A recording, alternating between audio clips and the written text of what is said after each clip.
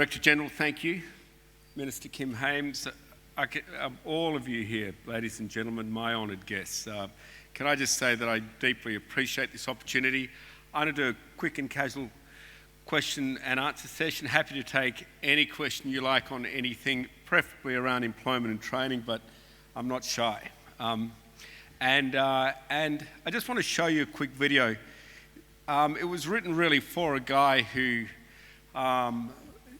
took that step back when he had totally changed his life and wound up in more unfortunate circumstances. But his kids are now great friends of my kids, and it motivated me just to write a short video which I'd like to show you.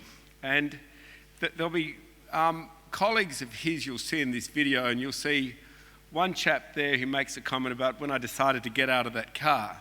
He's not talking about when we gave him a lift to a VTEC, a vocational training employment centre. He's talking about getting out of the back of his home for the previous 12 months, which was an old broken down car. Or you'll see another guy there whose face is pockmarked with the ravages of heroin addiction, who's pushed out of that terrible scourge and now has worked up to a supervisor role in a very responsible position, or a lady who's intemperate for training's sake and really makes the point that it's just not good enough. So I want you to take these people as examples of all Australians. When I was introducing the Indigenous Employment Training Review to members of the opposition, and they were quite shocked with the strength and reach of some of the recommendations, and this was back in November, and they're stronger now. They said, all right, well, if these ideas are so good, Forrest, we want to apply 3 conditions to bilateral political support for them. Now, we'll have to see if they're going to keep to this. But we believe we've met those 3 conditions, and one is that it can't be a blunderbuss approach. It can't just come sailing in and crash and burn, or crash through, make all changes, but potentially socially harm people on the way through, as some members of government saw the Northern Territory intervention. Others, and many members of the Indigenous community, thought it was absolutely necessary. That's not a debate I'm getting drawn in. They're just saying they don't want it to be a crash or crash through approach. The second was easy. It can't offend the Racial Discrimination Act. It can't single out Indigenous people for, say, alcohol management, which isn't going to be applied across the community because that would offend the Discrimination Act. And thirdly, if they're so flipping good, these ideas, then they should apply across Australia. And so with those 3 conditions, we wrote a review which will be announced in the next couple of weeks into employment and training. But as you can see, it's really going to go into the heart of the disparity and how to end the Indigenous disparity.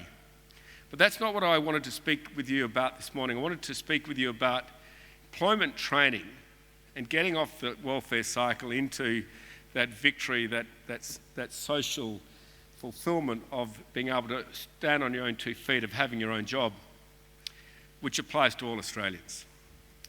Let me introduce this video and think that this could be any one of us, but for the background we have. Thank you.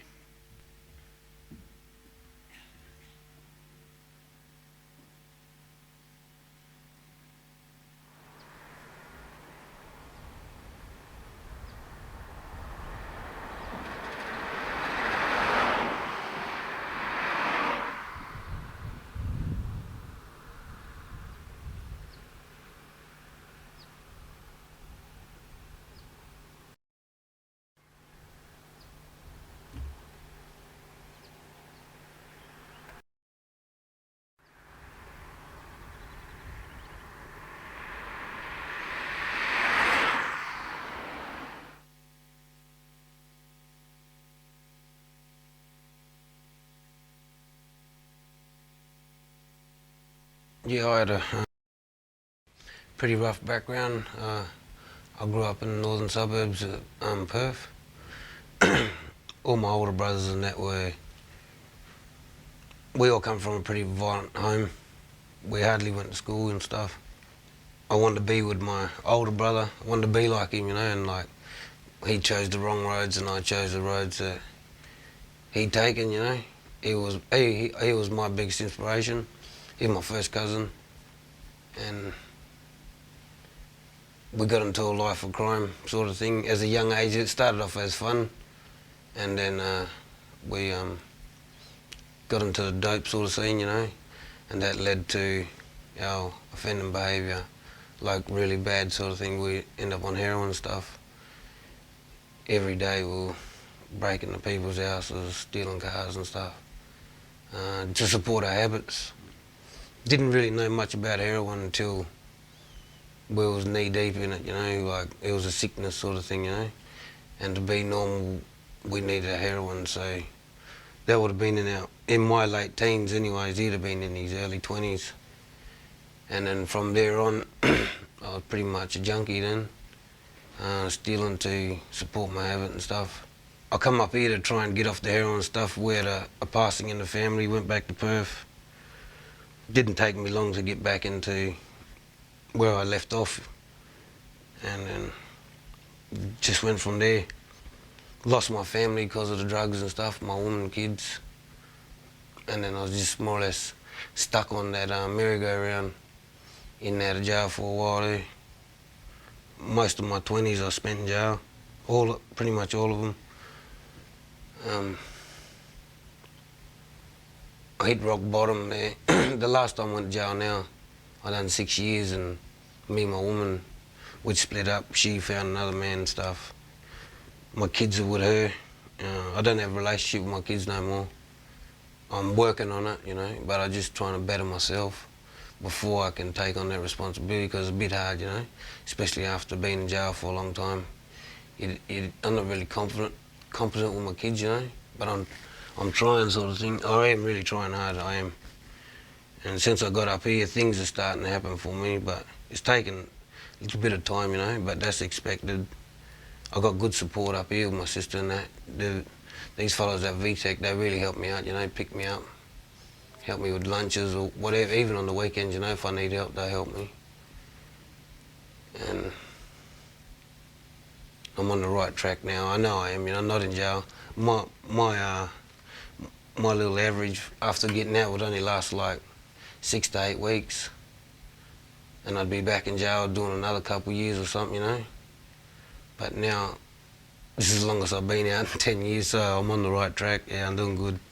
Yeah, it's probably part of me going forward too, you know, dealing with all my problems, probably being more open about it rather than keeping it inside you. You tend to learn a little bit about this stuff when you're in jail, and you do a lot of programs about drugs and dependency problems, even thinking programs. It's helped. A lot of things in there helped me want to change my ways too, you know. And I talk to a lot of my brothers down there in Perth, and they're really happy for me, you know.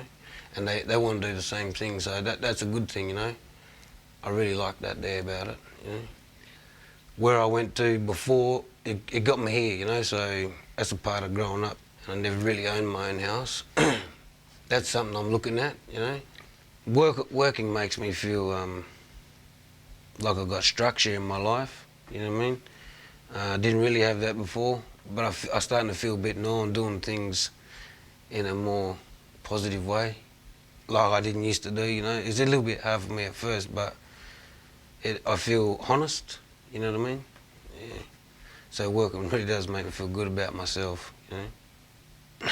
I would tell my children I'm trying my best to get myself on track, to get them into my life, and they're the biggest part of my life. I rob myself for it, you know, being on drugs and stuff, yeah. And I love my kids, and I'm trying to better myself to have a relationship with my kids, you know. I was probably a bad person for the things I did, you know, but it took a while, but I learned from my mistakes, you know what I mean? And I'm proud of myself because I don't think I'll be that person again. Yeah. I'm really trying to be somebody that my family can be proud of when they think or talk about me, you know? Yeah. my advice to young Indigenous people is listen to your elders, show them respect, education, and be who you want to be and be proud of who you are. And that's Indigenous Australian. And if I could go back, I'd really stick to schooling because it'd help me in more ways than one at the moment now. Yeah, it's a big missing piece of the puzzle of my life is my education. Yeah. We don't want to be left behind. We've probably been left behind too much. We'd be the sleeping giants, us Aboriginal people.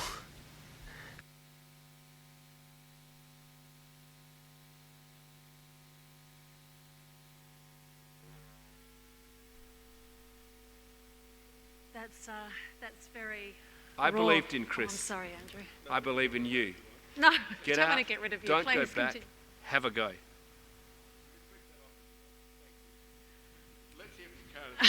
No, not at all.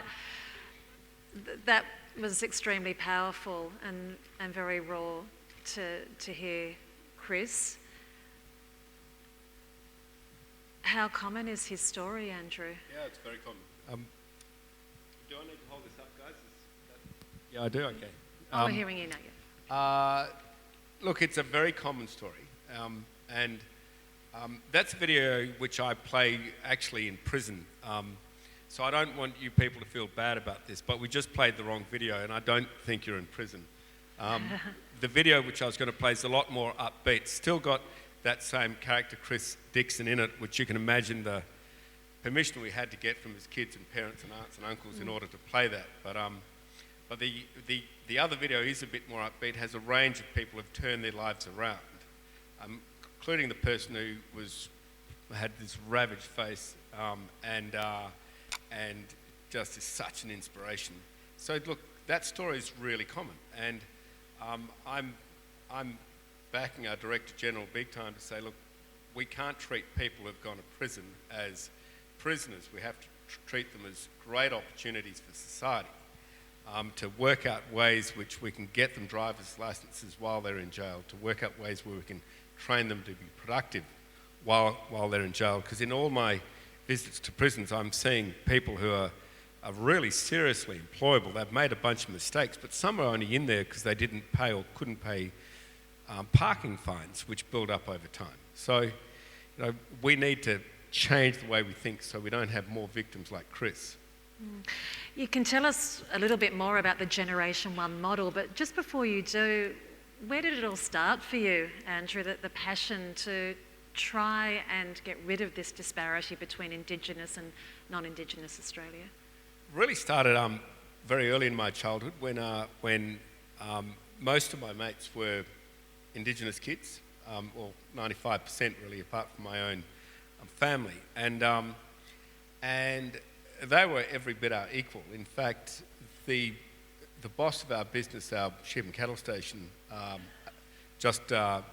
certainly stepped up whenever Dad wasn't there, the owner, was a chap called Scotty Black. And Scotty was named because his mum was a black and his dad was a Scot, and so he just got coined Scotty Black, and he was just the greatest old boy. And he really was the guy who showed me that Indigenous people can go every bit the way, professionally, as any white man can, as any non-First Australian, yet still maintain the marvellous culture and law and tradition of Australian Indigenous people, just like the Chinese do. You go catch up with a Chinese person in Nanjing or Shanghai, and they're very flipping Chinese, but they're also able to go toe-to-toe with you as a Westerner.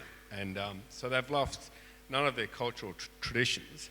And it kind of put the lie to so many people who seek to drag down the Indigenous people by saying, oh my good, they're kind of the noble, savage people. They like to think of Indigenous people as being out there in the desert, and really they need welfare because that's what they've got to be, as opposed to what we know, which is absolutely the equal of every other Indigenous race in the world, has become very successful, able to maintain their glorious conditions, culture, traditions, etc., and be highly productive and totally self-sustainable. So tell us, in a capsule, Generation 1, how isn't working? I'm looking, it's, I read a couple of journos who noticed the first criticism of Generation 1 in the Employment Covenant about 5 years ago, and they haven't moved on. They haven't read anything else. They've just remembered, Forrest is promising 50,000 jobs to Indigenous people, which was complete rubbish. We're not way bigger than the government. What we were promising is 50,000 Indigenous job opportunities with a guarantee attached to it. And all I can say is that's been ridiculously successful in the 5 years which we've been going, 5-6 years which we've been going. Some 19,000 Indigenous people of every stream, from being completely unemployable to barely knowing English or math, no driver's license, serious addictions, to full-time work. That's been extremely powerful, and we measure at 6 months, so 6 months in the job as opposed to most who do 6 weeks, and that makes it tougher because generally after 6 months you're not going to go back. You've tasted employment, and that's been really good. So I think we peaked at about 66,000 when we aimed for 55,000. We're now down to about 61,000, even though 19,000 have gone into the workforce, Karen. So what's that's telling you is, with nearly 20,000 people employed now, we're still up in the 60s. So employers are continuing to say, this is successful, this is what I want to be. Now, I love employing Aboriginal people. It's worked for my company. I want to keep on doing it. So I can only say it's been really, really successful. We've still got around 350 Employment Covenant members or Employment Covenant employee providers. And it's been a fabulous partnership with government, with state, with everybody who's got involved in it.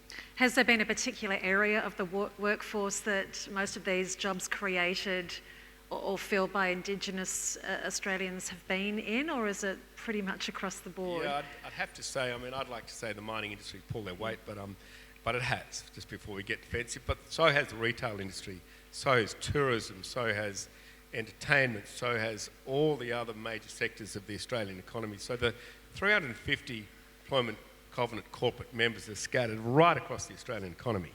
And if I'd say there's a segment, it's the key to everything, I think, as employment training providers, which all of us in this room should absorb with me, and that is our first phone call, and probably our first 100 phone calls, should be to the people who are going to be providing the jobs. Not a training provider or someone who's from government who's going to create a position, but getting out to the members of the Australian economy, the mums and dads from the greengrocer to the head of Myers or Coles, and saying, what do you need? What do you need? And start with that. And I'd say to everyone here, if you make those your first phone calls, and if you try and get as high as you possibly can inside an organisation to either the head of human resources or what we call at Fortescue, the head of Fortescue people, even to the chief executive, if you don't get through to those people, try the chairman, because the chairman often in these public companies which are non-executive have a bit more time on their hands. They're less harried by the hubble and bubble of day to day. They can take a global perspective and say, listen, whether or not you're Indigenous or non-Indigenous, your company should be doing more to employ those people who haven't had a crack yet, who really want that chance, who are willing to have a real go, but they need you to be the leader which your chairmanship says you are. And that means you need to tell us what you'll need in the next 2 years, 5 years, 10 years. What skill base are you going to need? And that conversation is often a healthy conversation because they say, look, I need this, I need that, etc., etc. But then you say, okay, if we provide that, are you prepared to guarantee employment into those sectors? So you haven't trapped anyone, you've just led to a logical conclusion that if you have people who put in the hard yards with you doing the training or doing the employment preparation and they get there, then they will guarantee to employ. And that creates this massive social contract between an unemployed person and an employer. And it's a wonderful contract, and I've seen, as you can see by the employment covenant and the 19-odd thousand Indigenous people who've turned their back on welfare and voted with their feet, that's a social contract they will meet. As I said, this is very much for you, and Andrew, as he said, is very happy to answer any questions or take any comments from you. So I just wanted to remind you that we do have 2 roving mics. Do we have our people? There's one up the back here, and there should be another one around about. So if you just want to raise your hands, and we're very happy to involve you as much as you want in the time that we have Andrew. Andrew, Generation 1, and I'll ask you maybe to give us maybe a personal example, but how does this model differ to what already is out there or what's been before? Well, I think it differs quite a bit. First, when Kevin Rudd launched the Employment Covenant with some considerable fanfare in Kirribilli House with Rupert Murdoch and Packer and Eddington and all the business leaders and Noel Pearson and Mundine from the Indigenous and of course Kevin himself from the government, the follow-through was next to non-existent after that. There was no change. There was meant to be dramatic change that as the Employment Covenant got employees to guarantee that the government would start changing to train for guaranteed jobs and only train where we were pushing into those guaranteed jobs. And it even got to a point where just before the evening of the launch, a lot of the government commitment was taken out of the contract between the Employment Covenant and the government. And I saw this, the new agreement we were supposedly going to announce was like marshmallow. It was pathetic. And it was shoved under my door at 11 o'clock at night and said, oh, this is the new agreement we're going to announce. And it had all the government obligations taken out. And so I just said, look, if I don't get the old agreement back by midnight, I'm sending out an email cancelling the whole launch, Kirribilli House, the whole box and dice, Prime Minister and Cabinet all rolling up. And they just said, oh, you can't do that. And I said, look, I promise you I will do it. You know, if the old contract we've agreed and negotiated isn't under my door saying this is what we'll announce, this email's going out. And there's just a draft of an email which said tomorrow's event at Kirribilli House and the Employment Covenant of the Prime Minister's Council. Anyway, at 11:58, the old contract came in. Now, I'm pleased to say that those are the old days. I'm seeing state departments, training, employment areas right across Australia now highly reactive to the needs of employers. And what I'm saying is this is the trend to both end the disparity and create an Australia which is the envy of other nations, where we are all participating. We've looked after our least. We've gone that long social mile and made sure that those with the least advantage have been given great opportunity. Unfortunately, Chris was getting his life back on track, and unfortunately that didn't work out in the end. But do you have an example of an employer needing a certain position filled or in their big picture and Generation 1 being able to assist? A couple of case studies, I suppose. Yeah, look, there was a guy who you just wouldn't have employed. In fact, if you met, you'd have been quite scared of him. He was a big bear of a person. He'd spent a long time in jail. He'd been a drug dealer, etc. And he, for some reason, he just had an epiphany one day and said, I'm not going to end my life like this. I can see the end of my life. It's quite clear to me. I've had children, and you know, this is not the legacy I want to leave. And he went to a VTEC several times and got knocked back because he just had, if you like, the wrong culture. You know, he looked a bit scary. He was a bit of a larrikin, although that's probably the wrong term. He was sexist. He'd have road rage if he got slightly offended in the traffic. He had all the things which you see there's plenty of Muppets around actually the streets of Perth having. So I'd say if there's a real message here, it's that mums and dads really need to pick up responsibility. It's not the people in this room, it's not our Director General or our Minister or even our teachers at schools who have the ultimate responsibility for the culture of a child who becomes a young woman or a young man to become successful. It's you, mum and dad, giving your kids the right standards to be successful in the workforce. This this middle-aged man didn't have it, but he was determined to get it. And he tried and he tried and he tried. Eventually, after about 15 or 16 applications knocked back, he was given a chance. And the sheer determination that this gentleman had was just really impressive once you got to know him.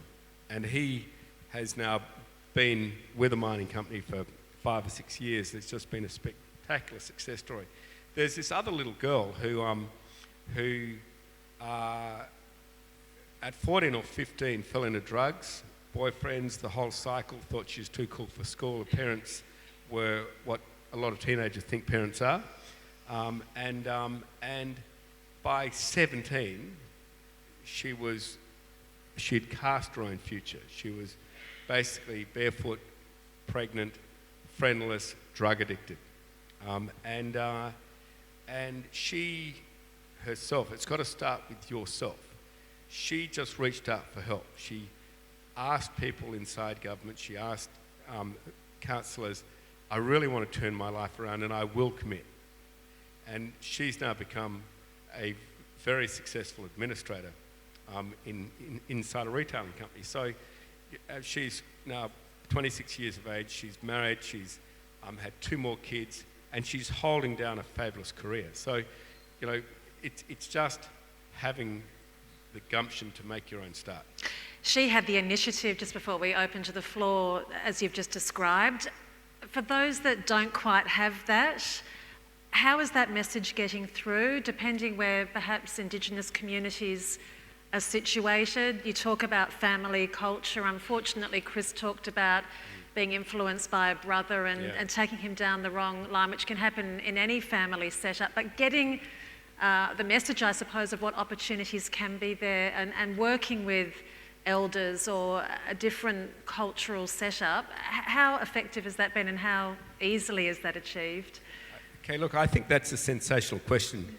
If you're out there and the unemployed see that you imagine yourself in, and you're looking at all these jobs and you think, well, I will never get accepted. You've tried a few times, you've had a few social issues, you might have several chips on your shoulder, and you're beginning to accept failure as your normal course in life. And then someone says to you, well, just hold the phone. Here is a guaranteed job. You, by the way, in your social contract, have to do this training and you have to pass it. But at the end of the day, if you do all this training, there's a job guaranteed for you, then that is enough to jerk a person, even if they have not had any of the gumption I spoke of, that self-will to really get up and drag themselves out of the pea soup they're in and have a real crack. Any person, if they're shown an opportunity for a guaranteed job which is going to pay significantly more than anything they're on in welfare, and give them the structure in their life which Chris spoke of, give them that feeling of honesty, give them that feeling of being worthwhile, that internal respect which can even enable those people who are totally separated from their families to reconnect again, which employment can give you, then that prospect of a guaranteed job, that social contract, is enough to pull you out. Any questions do we have for Andrew? Doesn't have to be just on Generation 1. It can be tapping into any of the areas. I think down the back of the room. Thanks, sir. If you could stand up, perhaps it'd be nice. Thank you. Good morning, Mr. Forrest. Recently you made a submission to Tony Abbott on closing the gap on Indigenous and came up to Kununurra and took a lot of feedback, and I believe other places as well. Would you be able to outline some of maybe the common challenges that you've heard through in training and also some of the solutions that you provided to those? Well, in our remote communities, the challenges we heard were drugs and alcohol. These are the common themes, so I'm really trying to listen to your question and make sure I answer it, but the common challenges, firstly, were the availability of drugs and alcohol, ganja and the like. Certainly mothers were, in many cases, really distraught because there was a theme that you couldn't not give your children or your young men and women the money to continue buying drugs, to continue, or alcohol, to continue destroying themselves, because there was this peer group pressure to always drink or always take drugs, which of course totally works against you with employment or training. You've got no hope if you're addicted or severely addicted. And some others would say to us all over Australia, we can't cut off the alcohol or the money to the alcohol or the money to the drugs because our children have threatened to commit suicide if they do. And in some really tragic circumstances, as has been well reported, that threat has been carried through. So we need to address the drug and alcohol problem, which is from welfare appearing always in the form of cash, and we need to address the lack of opportunity. We've actually got quite a structured system around welfare in remote communities which doesn't encourage people to move to where employment is. And there's just no argument available to anyone that Indigenous people aren't prepared to move. You know, as a great old elder likes to tell me, you know, you fellas didn't invent walkabout, that would be us. And I think Pearson calls it cycling, where you can move to employment, you can be encouraged to buy a house, you can do well, and you can still come home to see mum and dad and your aunts and uncles, etc. But you are encouraged right now. You've got structural disadvantages which discourage you moving, such as you may not even be able to pick up your welfare check if you move to a city to try and get training or work. You may lose, if you're successful, you may lose your entitlement to a house. If you've got 2 or 3 families living in that house and you're successful in getting a job, if that means that you then lose your entitlement to that house, then that puts your family and others at risk. So you're not going to go and get a job. You're going to stay in hardcore unemployment. So there's structural disadvantages which are encouraging welfare and encouraging dependency, which we really have to address. But the most common theme our own Director General Sheehan spoke of, and that's a lack of a licence. And particularly in Western Australia, licences have become harder and harder. And we need, I think, to move towards an instrument that allows people to get a licence for a specific job, as opposed to the hundreds of hours of mentor training, which are often just not available at all to Australia's and West Australia's most vulnerable. Thank you for that question. I've just been given a note, Andrew. We do have your other video available to play. So that's an option. I know you said it was upbeat and a positive message. We might have the opportunity to have a look at that. I'll just see though, firstly, if... It's a lot shorter. Yeah, that's good. If we have maybe 1 or 2 other questions, we might have a look at that video and then we can come back to more questions. Oh yes, over here, thanks. Thanks, Mr. Forrest. I'm Matt from the Aboriginal Workforce Development Centre in Broome. Back in late 2010, early 2011, I was lucky enough to be involved at the men's shed in Fitzroy Crossing with the project that you guys did with Downer EDI Mining. And I thought there was a couple of things that I just wanted to sort of point out. At that presentation, you gave all the participants, the graduates, a fishing rod. And I thought that message was great. It was about, you know, give a man a fish and feed him for a day, give him a fishing rod and feed him for life. I know a lot of those guys are still working for Downers. I was just sort of wondering what are the benefits and disadvantages of having a fly-in, fly-out crew, say coming from Fitzroy Crossing? What sort of things have you learnt from that? And again, we stay fairly involved with those guys out there. And also, I guess, elements of a really good mentoring program. So what would be the key elements for, say, Aboriginal Workforce Development Centre to put in place to support those guys in remote communities. Yeah, look, thank you.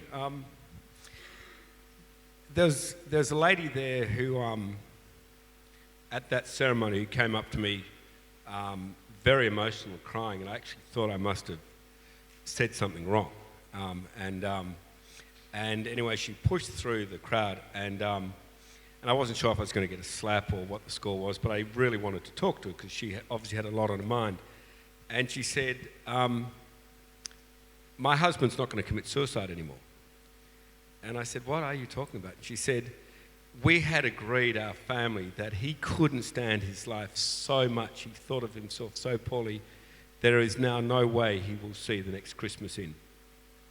And here's one of those young men who got a job. And he is, of course, has seen many Christmases in and will see out the rest of his natural life with Christmases. But I've found that power of employment to be extremely invigorating. And if government and companies can work together to encourage Indigenous people to be mobile, to not be just stuck in a community, to where I think there's been misguided thinking in the past, this kind of passive bigotry of low expectations that Indigenous people need to stay just in their communities in order to maintain culture. It's just complete rubbish. Scotty Black was from Port Hedland.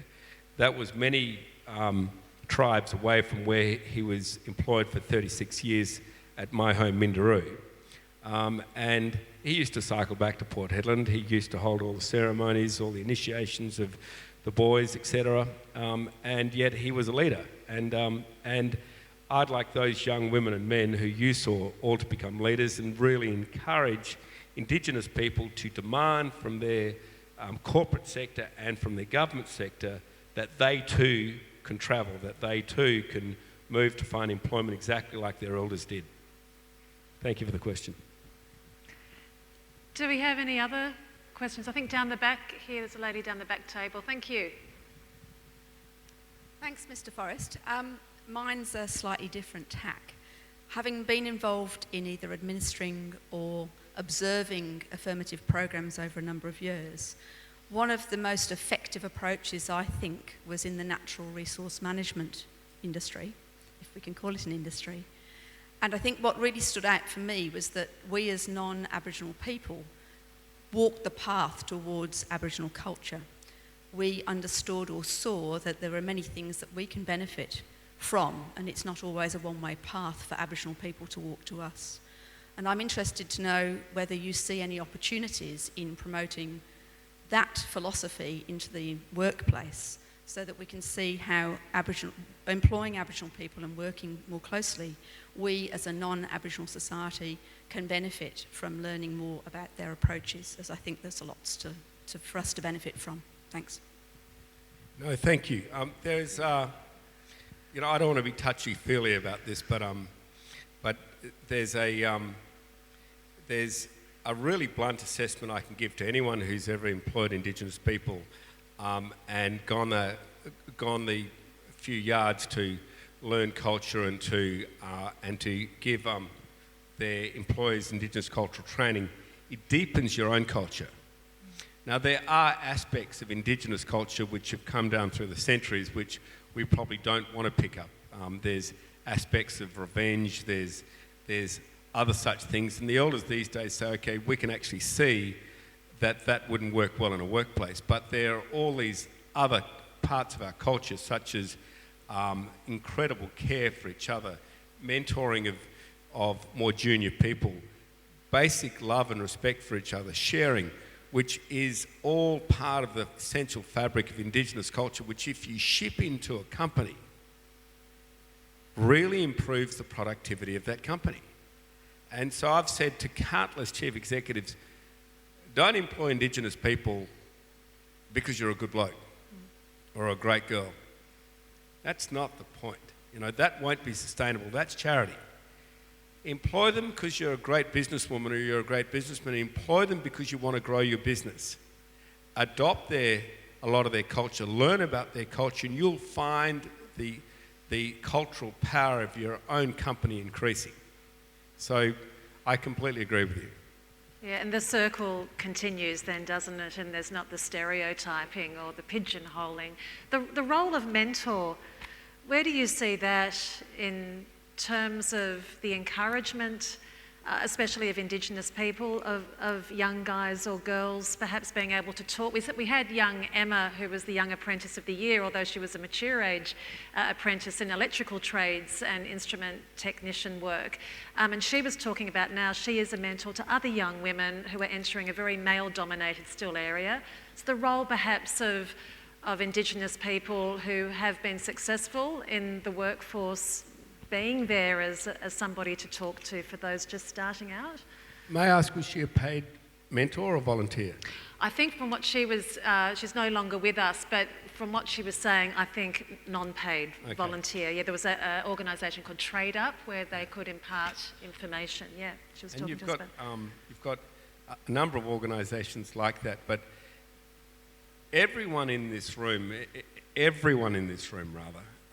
who really wants to experience the power of helping a vulnerable Australian, and it's non-Indigenous as well as it is Indigenous. There's vulnerable Australians in all walks of life.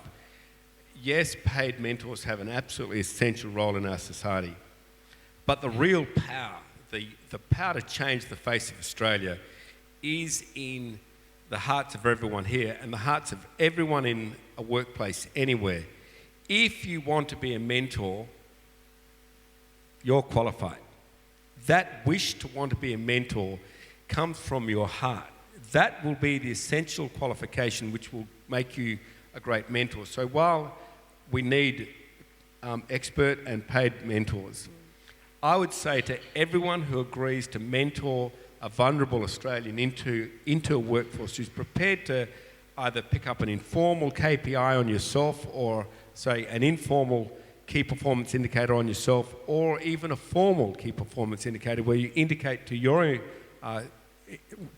employer that you're prepared to have ranked as part of your assessment how this young lady or young man goes, Indigenous or non-Indigenous. That will be extremely powerful, and that's the leverage, and that's where that great Australian mateship could really lock in and change this country for our most vulnerable Australians, where we ourselves elect personally in our hearts to mentor a vulnerable young Australian, be it Indigenous or non-Indigenous. That's not the point. There's vulnerability everywhere. And we say that, unqualified as we are, we're prepared to care for that person, we're prepared to counsel them, to offer them on-the-spot training which they'll never get anywhere else, to inhibit their alcohol intake or intervene in their drug intake, or to go and pick them up if they don't come to work because they've just had an argument, and from a socially dysfunctional background there's plenty of arguments, so plenty of reasons not to come to work. When you go that extra mile because you've decided to be a volunteer mentor, you're doing the greatest good you can on earth, and that's just to change the life of another. Any other questions for Andrew? Yes, there's a lady just in the middle. If we can get a microphone. Yeah, there's one coming right across to you from the other direction, just to you. Thanks. Yes, I would just like to talk about what I see as the elephant in the room, and that is the breakdown in the learning of language literacy and numeracy in Australia. And I think before kids get to be drug addicts or unemployed or in prison, regardless of whether Indigenous or non-Indigenous, they are missing out on that basic ability to read, write, spell, count, and that is taking them on the beginning of their journey to where employers are then trying to rescue them at the end. I'm wondering if in your conversation with influential employers, do you talk about the need to change the way we teach children and engage them in language literacy and numeracy? Can I just ask you not to sit down just yet? You're talking about basic English and math, not Indigenous language. Able to apply for jobs For example, I worked for a long time in employment services before I was in education, and there was a change in the way that employment agencies engaged unemployed people, and that was to make them fill out their job applications in the office in front of the agency. Whereas once upon a time you could take it home, get somebody who could read and write really well to fill it in for you, and you would still get the job. So the system changed, and it's now highlighted the fact that there are a lot more people who just can't fill out basic forms to get jobs, Thank and you, I they get it. learn. All right. Look, I think it is an elephant in the room, but it's in good company. There's plenty of those. They are this particular elephant of lack of basic numeracy and literacy. You heard Chris Dixon say, education, is the key. Really, the bottom line here is if we can't encourage our teachers to be able to encourage our kids and remove the systemic disadvantage which kids have if they can't do basic math and English. People call it numeracy and literacy. I just like to call it math and English. And I've gone through the territory and far north Queensland, etc., and I've spoken to so many bleeding hearts who say, no, we've got to teach kids their Indigenous language, and that's most important. And I've said, well, how are you going to record your Indigenous language? Silence. There is no written Indigenous language. You need basic English to even be able to record phonetically Indigenous language.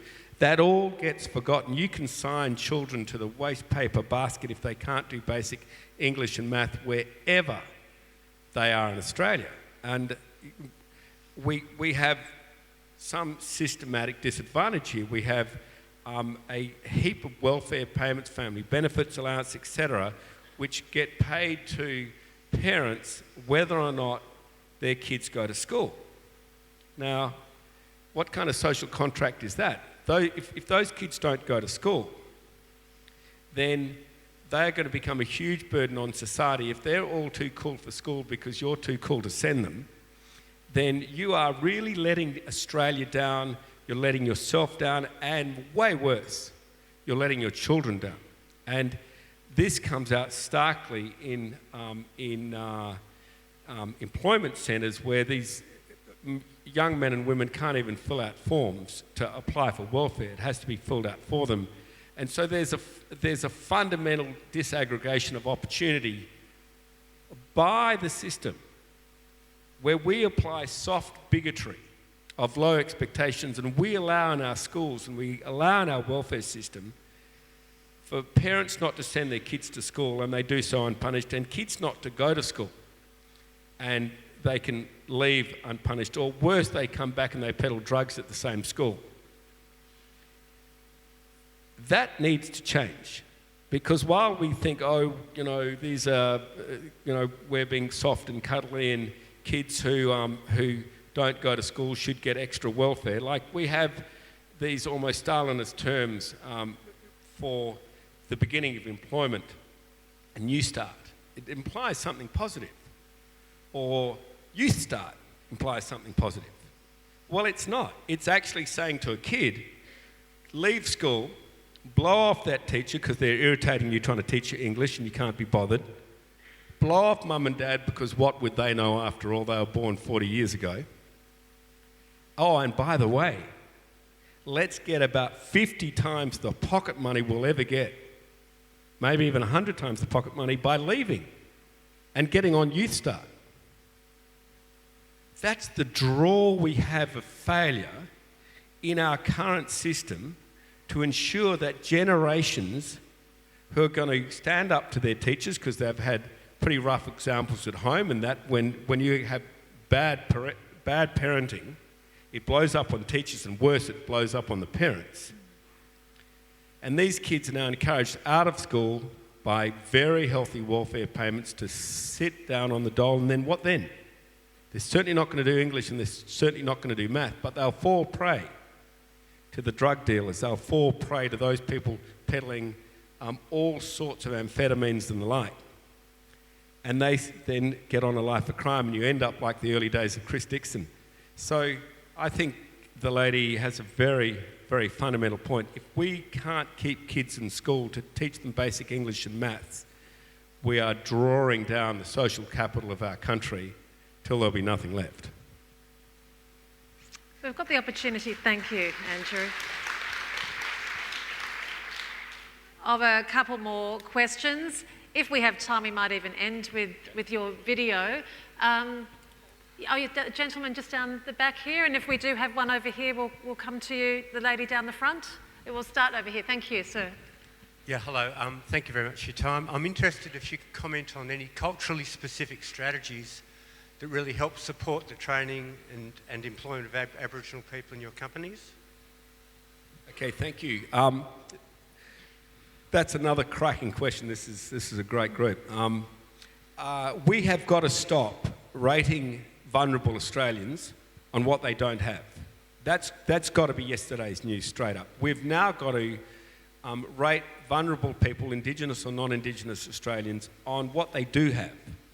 So you'll find many have a great deal of attributes which doesn't include math and English. So what we do in our VTECs is we start there. We start teaching grade 1, grade 2 math and English to a point where they can get a driver's licence. And I think that's really, really critical to meet an Indigenous person or any vulnerable Australian at where they are. Accept their culture, but demand that it changes to be professionally sustainable is, we think, how to get so many people off the unemployment queues who believe they will never leave them. There's a question down the front. Thank you. Hi, my name's Trish. I work in the Aboriginal Workforce Development Centre in Kalgoorlie. Mr Forrest, I'd be really interested to know, given that there's been announcement of 3 new VTECs being rolled out in WA and 1 in Perth, if you have any information to share on where any others will be located and what the priority and focus is. Thanks. Yeah, look, I thank you for that.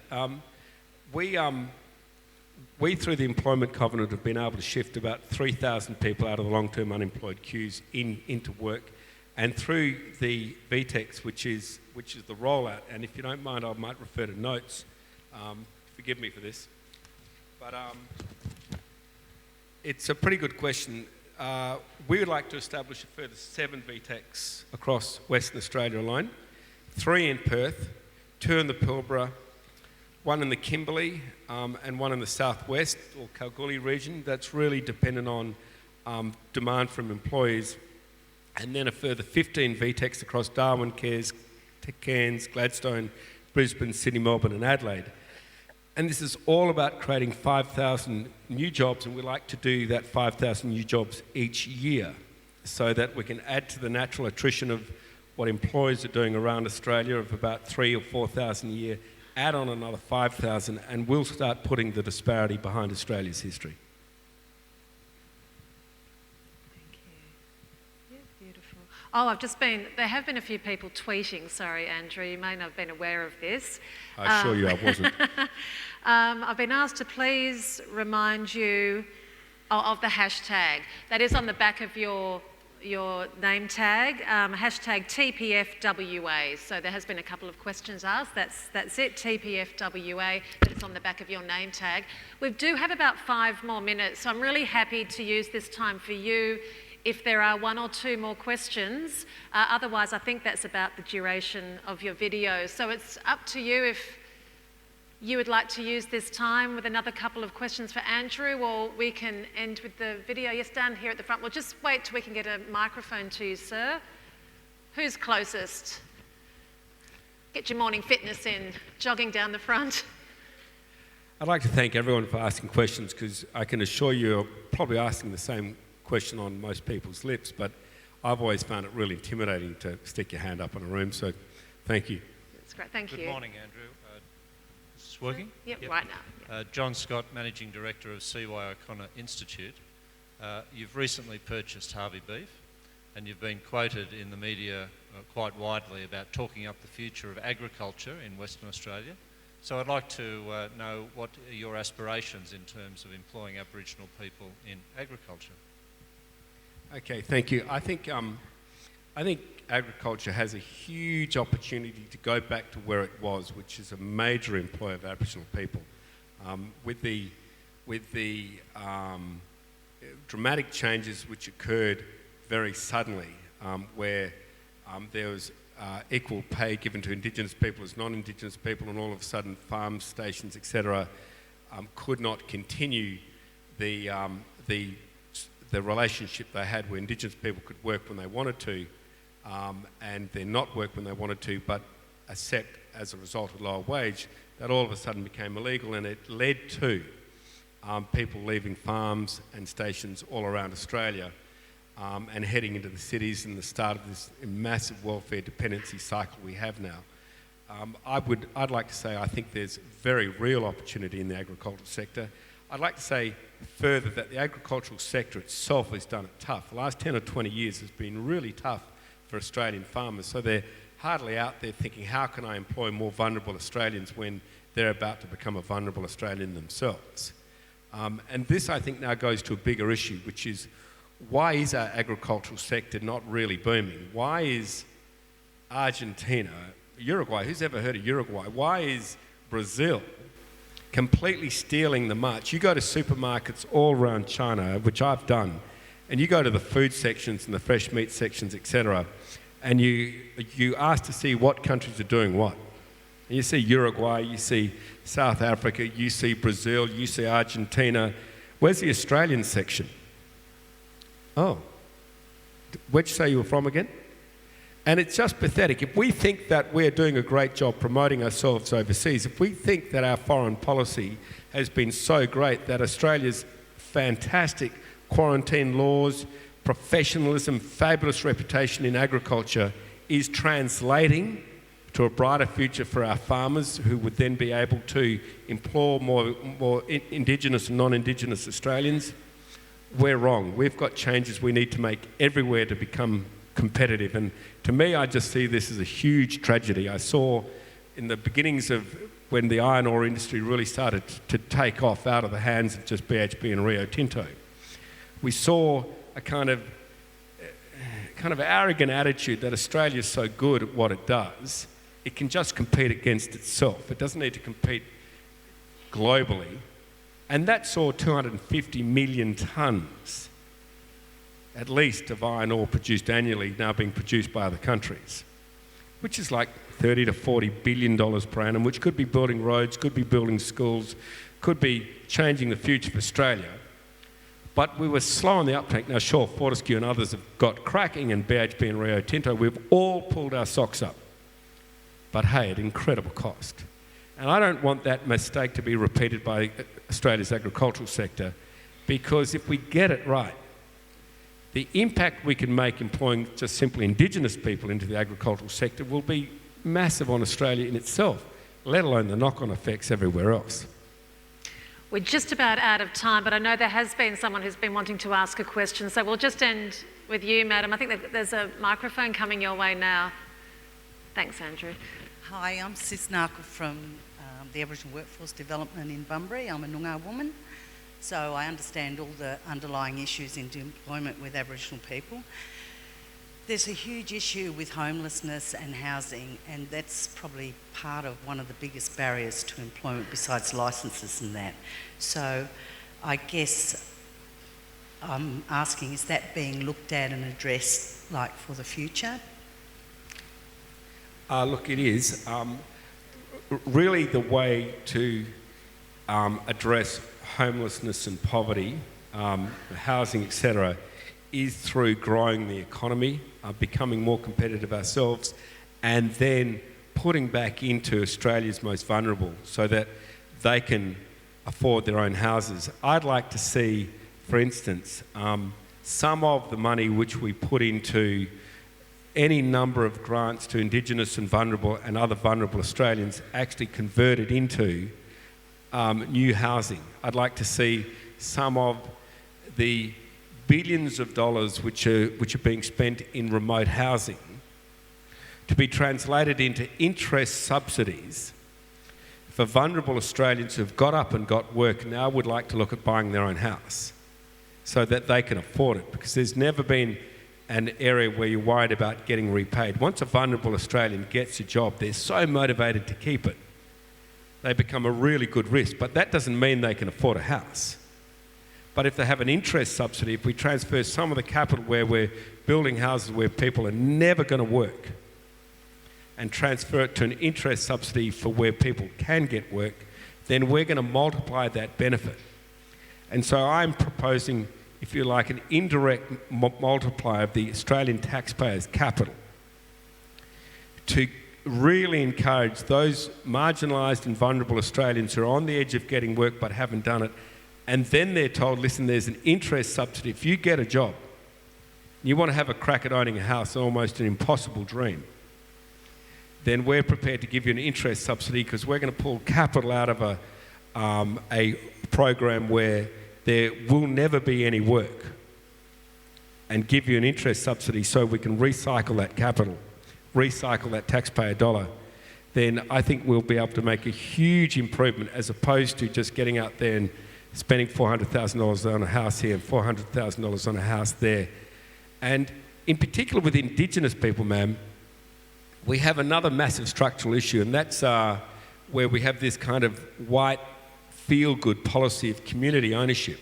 It's all very communist if you think about it. But what it basically means is you can't own anything. The community owns it, which means no one owns it. And there's, you know, a guy I've had to work with a lot in this review, I'm thankfully concluding, called Alan Tudge. He's Parliamentary Secretary to the Prime Minister.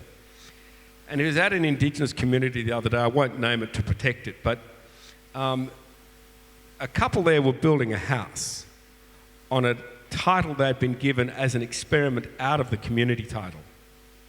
So they could own that land.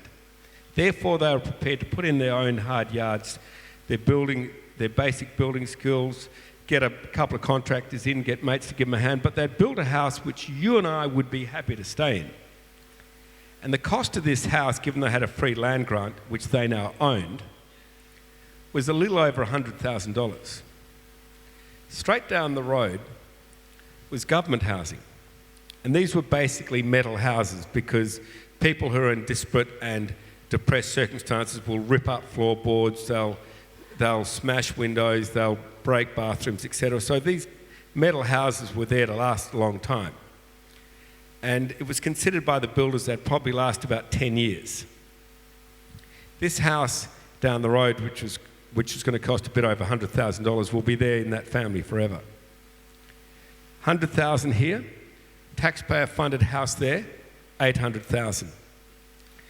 So we've got a structural problem here, and we need to really increase the leverage of Indigenous people to own their own land so they have the incentive, which we do, to build their own houses on it. That's just one idea. It doesn't go, I'm sure, to the great breadth of homelessness and houselessness across Australia, but specifically into Indigenous people. Thanks, ma'am.